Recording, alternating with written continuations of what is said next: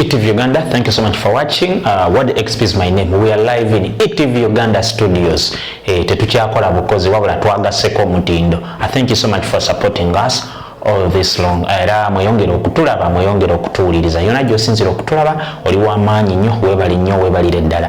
Well, tukyali mu Eddy Kenzo. Tugenda kuba ntambula ne Eddy Kenzo.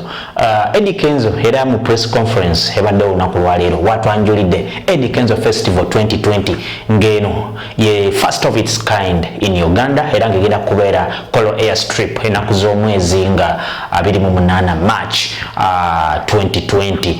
Eddy Kenzo era bamubuuza ku nkolagana ye ne eyali mukwano gwe nnyo era nga yali akozeeko naye almost nga balinga abali mu gurupu emu Aziz Azion n'atangaaza n'agamba nti ye atakyawanka Aziz Azion wabula Aziz Azion yamugoba yamugamba bafunamu obutakkanya ng'abantu nga yakayimba oluyimba lwa Solonly ne bafunamu obutakkanya n'amugamba Aziz Azion namugamba genda toddanga mu maaso gange era n'agamba nti Aziz Azion tamulinako buzibu wabula yenge yamugoba atannamuyita kumugamba nti muganda wange komawo tuddemu tukole.